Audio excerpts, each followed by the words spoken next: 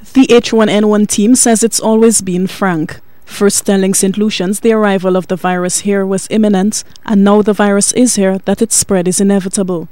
Team members say the best bet is to minimize the extent of the transmission.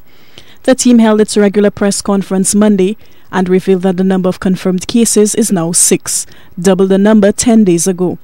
One of the 3 new cases is a 5-month-old baby. The other is a 2-year-old and the third a 20-year-old. Senior Medical Officer Dr. Merlin Fredericks says younger age groups are more susceptible to the virus. The children are quite vulnerable, young persons like ourselves. Anyone below the age of 60 we usually consider more higher risk than the older persons. For some reason, they're not too sure why exactly.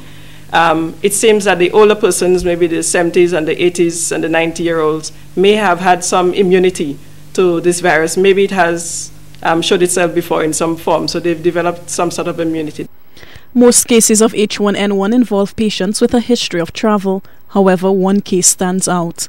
Dr. Frederick says that person had no travel history, and this is significant as it means there is community transmission of the disease.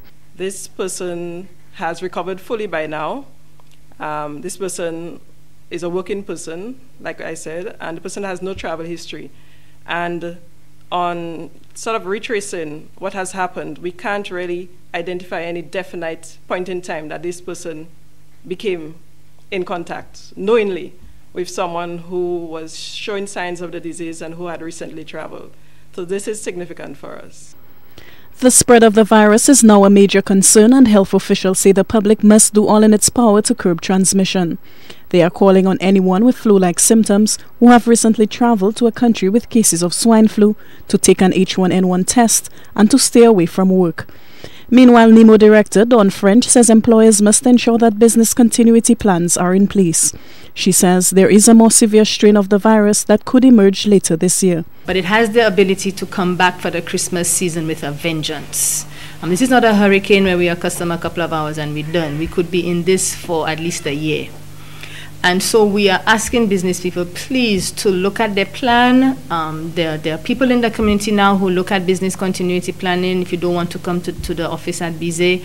But please, we are urging people, because if half your staff is sick and cannot come to work, how is that going to affect the ability to function?